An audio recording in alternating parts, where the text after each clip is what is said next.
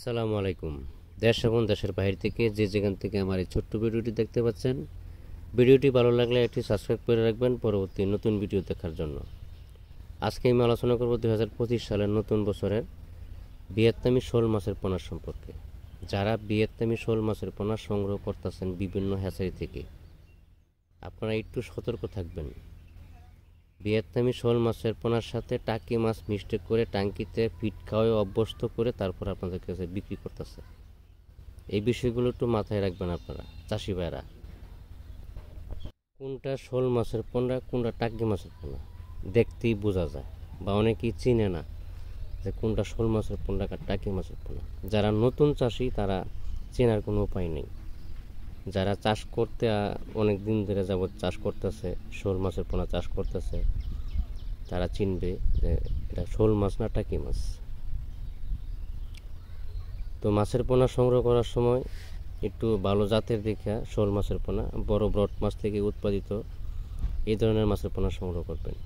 আমাদের কাছে সকল প্রকারের মাছের পোনা, সকল ক্যাটাগরি লাইনের মাছের পোনা পাওয়া যাচ্ছে স্বল্প মূল্যে। আপনি বিশ্বাস না করলে আমাদের হ্যাচারিতে আসেন, বসেন, কথা বলেন, হ্যাচারি পরিদর্শন করেন, তারপরে মাছের পোনা সংগ্রহ করেন। আমার হ্যাচারির মাছ ভালো না লাগলে অন্য হ্যাচারির মাছ ভালো লাগলে মাছের পোনা সংগ্রহ করবেন।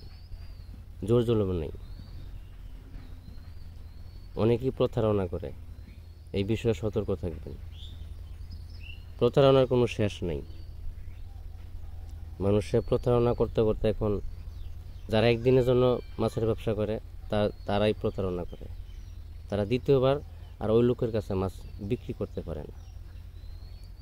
যারা মনুষ্যত্ব ভালো, সৎ ব্যবসায়ী, তারা কোনো সময় চাষিদেরকে ঠকাবে না, কোনো সময় ঠকাবে না। মাছের পোনা সংগ্রহ করবেন, ভালো কথা, তবে প্রতারকদের কাছ থেকে সাবধান থাকবেন। এই বিষয়গুলো আপনাকে সচেতন থাকতে হবে। আজকে এ পর্যন্ত, সকলে ভালো থাকবেন। আল্লাহ হাফেজ। কথা হবে পরবর্তী ভিডিওতে।